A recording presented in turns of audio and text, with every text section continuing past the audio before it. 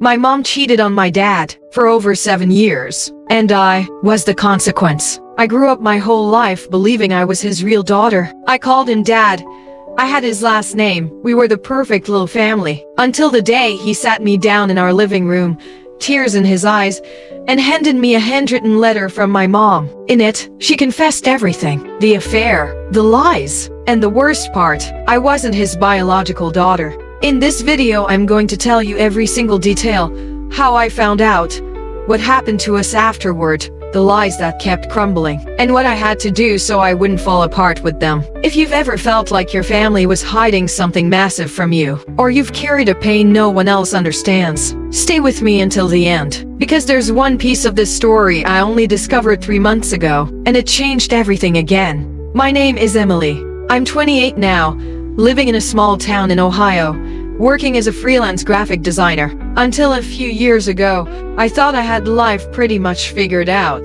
But this story doesn't start with the pain. It starts with what I believed was real love, family love. I was the youngest. I have an older brother, Ethan, 5 years older than me. My dad, Michael, was the kind of man everyone respected. Engineer, steady, the provider. He'd come home exhausted from work, but still sit with me to help with homework, read bedtime stories, fix anything that broke. He was my hero. My mom, Sarah, was the opposite and the perfect match at the same time. She was bright, talkative, the one who made the whole house laugh. She cooked amazing food, threw birthday parties the neighborhood kids still talk about. She was the glue, at least that's what I saw. My childhood was the kind you look back on and think, I had it all. House with a backyard, a dog, cousins over on weekends, summer road trips to the lake every July. Ethan and I fought like normal siblings, but we always had each other's backs. Dad traveled for work, sometimes construction projects, a week or two away, but when he came home he brought souvenirs and told us stories about the places he'd been. Mom stayed with us. She called herself the guardian of the house, and I believed her. I believed it so much that when she went out at night for a girls' night or craft classes, I never questioned it. She deserved her own time, right? Looking back, there were things I saw and pretended not to, like how she'd stare at her phone and smile to herself, or take calls in the bathroom with a quieter voice, or how relieved she seemed when Dad got back from a trip, like she'd passed some kind of test. But I was a kid, then a teenager, and teenagers want to believe the family is safe. So I ignored it. I told my friends I had the coolest mom, the most responsible dad, and that my life was perfect. I posted family photos on Instagram with captions like "grateful for these two," and I meant it. I was 24 when everything changed. Until that day, I was Michael and Sarah's daughter. I had their last name, his nose, her laugh. I belonged to that unit. Then came the letter, a simple handwritten note folded inside an envelope that my dad held like it was burning his skin. He sat me down on the couch one Sunday afternoon and said, "Em, there's something I need to tell you." And there's no easy way to say it. I laughed at first, thought it was a joke. But when I saw his eyes red, swollen, when I saw his hands shaking, I knew it wasn't. He handed me the letter, and in my mom's words, everything I believed about who I was started to collapse. But before I tell you what was in that letter, let me take you back just a little further, because there were cracks I ignored, and now they make perfect sense. I was around 14, 15 when I first started noticing that things weren't exactly the way I told my friends they were. Nothing huge, just feelings. Little moments of discomfort that I pushed way down and told myself, "You're overthinking it, Emily. Stop being dramatic." My mom was always glued to her phone. WhatsApp, Instagram, Facebook. She said it was to keep up with her sisters, old college friends she never finished school with, or customers when she sold handmade jewelry and stuff. But there were nights she'd be in her room, door half open, laughing quietly, typing fast. If I walked by the hallway, she'd switch screens instantly. I'd ask, "Mom, who are you talking to?" She always gave the same answer, with that smile that didn't quite reach her eyes. "Oh honey, It's just Aunt Lisa sending memes. Go to bed. You have school tomorrow. And I went. Because kids believe their moms. Or at least they really want to. Another thing, the nights out. She started having more appointments after dark. Painting class, book club, mom's meeting from Ethan's school even though he was already in high school.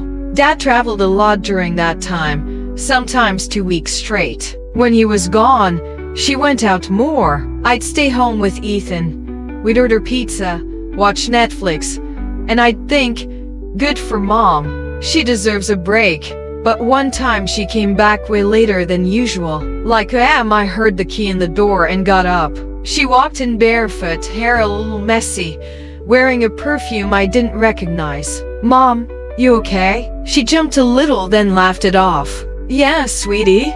Class ran late and we grabbed something to eat. Go back to sleep. I went to my room, but I lay there staring at the ceiling thinking, what was that perfume? The next day it was gone, and I let it go, or forced myself to let it go. There were also the fights. Not loud screaming matches, my parents were never like that. They were quiet arguments in the kitchen after we went to bed. I'd hear low voices, sharp words, long silences. One night I came down for water and heard my dad say, Sarah, I'm not stupid, I can see it. She answered something I couldn't make out, but it sounded defensive. The next morning everything was normal again. Breakfast, good morning sweetheart, kiss on the forehead, like nothing happened. I never asked, because I was terrified of the answer. And then there was this one comment my aunt dropped during a family barbecue when I was about 17. We were all at Grandma's house, and Aunt Karen, Dad's sister, looked at me and said, half laughing, half serious, you really take after your mom, huh? The nose, the way you talk. But that temper is all Michael, no question. Everyone laughed. I laughed too, but Dad went quiet, stared at his plate. Mom changed the subject fast. At the time I didn't get it. Now I know it was a jab. Someone already suspected, or already knew. I ignored all of it, because it was easier. Because tearing down the picture of the perfect family would mean tearing down who I thought I was. So I kept posting Christmas photos of the four of us smiling, pretending everything was beautiful, until the day pretending wasn't possible anymore. It was Sunday, July 14th, 2019. I was 24 years old. The day before had been my dad's birthday. He turned 52. We had a simple dinner at home.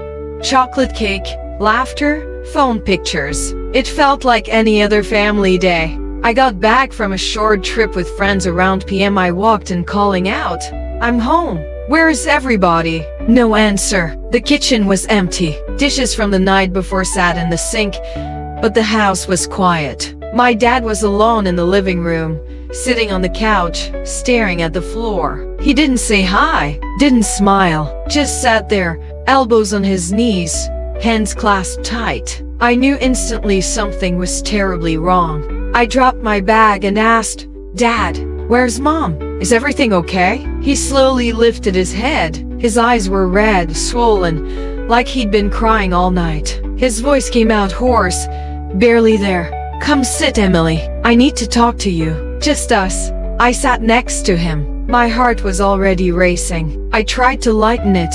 What happened? Did something go wrong at work? He didn't smile, just shook his head. Then he reached into his shirt pocket and pulled out a white envelope, crumpled at the edges. Inside was a single folded sheet handwritten. My mom's handwriting. I recognized it immediately. He handed it to me. His hands were shaking so badly the paper trembled. Read it, sweetheart. It's from your mom. She wrote it for me, but you have to know. I opened it, started reading. Michael, I can't carry this alone anymore. For the past 7 years I've been in a relationship with someone else. It started in 2012, when you were traveling so much and I felt so lonely. It became something I couldn't stop. I know I destroyed our family. I know I failed in every way possible. But the worst is that Emily is not your biological daughter. She's his. You already knew this when she was little. You did the secret DNA test and confirmed it. But I never had the courage to face you with the truth. I thought I'd take this secret to my grave. But you started suspecting the affair, asking questions, looking at me differently, and I can't keep lying. Forgive me if you can, or hate me. I deserve whatever you decide. But please don't take it out on Emily. She loves you as her father, and you've always been her real dad. Sarah, I read it again, then a third time. The words wouldn't sink in. This is a joke, right? I said, almost laughing from nerves. Dad just shook his head. No, Em, it's not a joke. I started laughing anyway, that weird, broken laugh that comes when your brain refuses reality. 7 years? Mom, with another man, for 7 years? He nodded. She gave me the letter last night after your birthday dinner. Said she needed time. Packed a small bag and went to her sister's house. She hasn't come back. Won't answer her phone. The floor dropped out from under me. My vision blurred. My chest squeezed so tight I could barely breathe. So, since I was in high school, she was cheating on you? He nodded again. It started when you were about 17. I'd been suspicious for 2 or 3 years, but I never imagined it went that deep, or that she'd confess everything at once like this. I looked at him, voice shaking. And you've known since I was a little kid that I wasn't your biological daughter? He took a long breath. I found out when you were 4. I did a DNA test in secret. The results came back confirming you weren't mine by blood. But I already loved you. I was already your dad. So I kept it to myself. I never wanted you to know. Until now. 7 years of a double life. Mom leaving the house at night, lying about classes, about meeting friends, while I posted happy family pictures on Instagram, and my dad carrying to secrets alone that his wife had been cheating for years, and that the daughter he raised wasn't his by blood. I stood up from the couch. My legs were shaking. She's at Aunt Lisa's right now? Yes. Said she needed space. I don't know when or if she's coming back. I grabbed my phone, called her. It rang over and over, went to voicemail. I texted, Mom, come home. We need to talk. She read it, didn't reply. That Sunday that started with leftover birthday cake ended with me sitting on the living room floor, hugging my knees, staring into nothing. Dad stayed right beside me, silent. And all I could think was, then who am I? But the conversation with my mom, that came later, and it hurt even more. 2 days after that Sunday, she finally came back. It was a Tuesday evening. I hadn't slept much. Neither had Dad. We barely spoke, both of us just moving through the house like ghosts. Ethan was staying at a friend's place. We hadn't told him yet. Around PM I heard the front door open quietly. Mom walked in carrying the same small suitcase she'd left with. She looked exhausted, hair pulled back. No makeup, eyes puffy. She saw us sitting at the kitchen table and froze for a second. Hi, she said, voice small. Dad didn't answer. I stood up so fast the chair scraped the floor. I didn't plan what I was going to say. The words just came out. Why didn't you answer my texts? Why did you just disappear? She set the suitcase down slowly. I needed time to think, Emily. I didn't know how to face you. Face me? I almost laughed, but it came out bitter. You wrote a whole letter confessing you cheated on Dad for 7 years and that I'm not his kid and you needed time. She flinched, looked at Dad. He still wouldn't meet her eyes. I'm sorry, she whispered. I'm so sorry. Sorry doesn't explain anything, I said. My voice was shaking. Who is he? Who's my real father? She sat down at the table, hands folded in front of her like she was bracing herself.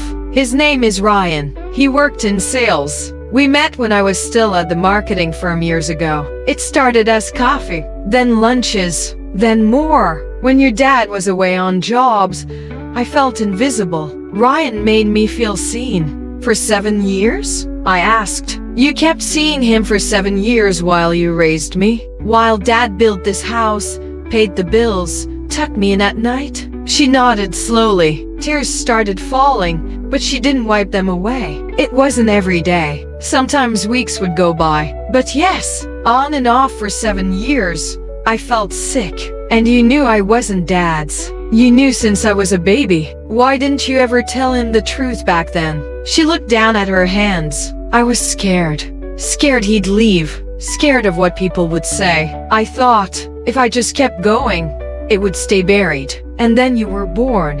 And you were so perfect. And Michael loved you so much. I convinced myself it didn't matter. It mattered to me, I said. It mattered to Dad. You let him raise me knowing the truth. You let him love me like I was his. While you were. I couldn't finish. The words stuck. Dad finally spoke. Quiet. Broken. Why confess now, Sarah? After all this time? She looked at him, eyes full of regret. Because you were starting to ask questions again. You were distant. I could feel it coming apart. I didn't want you to find out from someone else. Or from a test you might do behind my back. I stared at her. So you dropped a bomb on us instead. She reached for my hand. I pulled away. Emily, I never stopped loving you. You're still my daughter. That part is real. I shook my head. But the rest of it was a lie. My whole life up to 24 was built on a lie. She stayed that night in the guest room. No one slept. The next morning she tried to talk again. I couldn't listen. I left the house and drove around for hours. When I came back, she was gone again. This time she left a note on the counter. I'll give you space. I love you both. I'm sorry. I didn't cry that time. I just felt empty. After that second night she left, everything unraveled in slow motion. It wasn't one big explosion. It was 1,000 small cuts that kept bleeding for months. First came the silence. Dad and I didn't talk much. We'd pass each other in the hallway, say good morning, good night. But the words felt hollow. The house that used to be full of noise, laughter, music, the clatter of plates became too quiet. Ethan came home a few days later. We sat him down together. Dad told him the basics. Mom had an affair. They were separating. And yes, I wasn't his biological sister. Ethan just stared at the floor for a long time. Then he looked at me and said, "You're still my little sister." That doesn't change. But it did change things. He moved out to an apartment with friends 2 months later. Said he needed space to process. We still text. We still see each other. But it's different. The sibling bond that used to feel unbreakable now has cracks. The family found out fast. Small towns talk. Aunts, uncles, cousins, some called to check on us. Others just wanted the gossip. Aunt Karen, Dad's sister, was furious. She came over one evening with a bottle of wine and tears and said she'd suspected something for years. I told Michael years ago something wasn't right, she said, but he didn't want to hear it. Mom's mom called me crying, saying she had no idea, that she was ashamed. But she still defended her daughter in little ways. Your mom was lonely, Emily. Your dad was gone so much, as if loneliness justified 7 years of lying. Some relatives took sides quietly. Others pretended nothing happened and kept inviting us both to holidays until we stopped going. Then came the practical fallout. Dad filed for divorce quietly. No big court battle, just papers and division of assets. The house was sold 6 months later. He moved into a small apartment downtown. I moved into a 1-bedroom closer to my freelance clients. We both tried to keep routines. He went to work. I worked from home. But everything felt temporary. I stopped posting on social media. Every photo I had was tainted. Every memory felt fake. I'd scroll through old pictures, Christmas mornings, lake trips, my high school graduation, and feel sick. Was Mom texting Ryan while she cheered at my games? Was she thinking about him when she hugged me goodnight? The questions wouldn't stop. My mental health crashed hard. I started having panic attacks, waking up at a.m. with my heart racing, convinced I didn't belong anywhere. I questioned everything about myself. My nose, Mom's, my laugh, hers, my height, maybe his. Who was I without the story I'd been told? I felt guilty for Dad, guilty that I was the living proof of his pain. Every time he looked at me, I wondered if he saw her betrayal. I felt angry at Mom, furious, actually, but also confused. Part of me still wanted her to explain, to make it make sense. I felt betrayed by both of them. Dad for keeping the DNA secret all those years. Mom for the affair and the lie. And worst of all, I felt like I'd betrayed myself by believing the perfect family fantasy for so long. I pulled away from friends. They'd ask, "How's your mom?" And I'd freeze. I started therapy once a week at first, then twice. It helped, slowly, but the real damage showed in relationships. I was dating someone at the time. Nice guy. We'd been together almost a year. After the letter, I couldn't let him close. Every time he said, "I love you," I'd think, people lie, people leave, people hide who they really are. We broke up 3 months later. I told him it wasn't him. It was me. And it was. Money got tight too. Mom stopped contributing to anything after the separation. Dad took on extra shifts. I picked up more freelance gigs, late nights, tight deadlines. We didn't talk about money, but we both felt it. The life we'd built, the house, the stability, the sense of we're okay was gone. And through all of it, the question that haunted me most, did any of it ever feel real to her? Or was I just collateral damage? That first year after the letter was survival mode. But survival isn't the end of the story, because eventually I had to decide what to do with the truth, including finding out who my biological father really was. About a year after the letter, I reached a point where ignoring the question wasn't working anymore. Who was Ryan? What kind of person was he? Did he even know I existed? I had to find out. Not to replace Dad. Michael would always be my dad, but to stop the part of me that kept wondering what if. I started small. Mom had given me his full name during that painful kitchen conversation. Ryan Mitchell. I searched online: Facebook, LinkedIn, Google. It didn't take long. He lived about 2 hours away, in a mid-sized city in Indiana. Sales manager at a logistics company. Mid-40s. Married. 2 kids, a boy and a girl, both younger than me. Profile photos showed a normal life. Family vacations, barbecues, smiling with his wife. Nothing screamed secret child. I stared at his picture for a long time, looking for something. My eyes, my smile, anything. I didn't see it. Or maybe I didn't want to. I thought about messaging him. Drafted texts, deleted them. Drafted emails, deleted those too. What would I even say? "Hi, you don't know me, but 24 years ago you had an affair with my mom and I'm the result." It felt insane. So I did the next thing that felt safer. I ordered a commercial DNA test. The kind that connects you to relatives. I spit in the tube, sent it off, and waited. 6 weeks later the results came.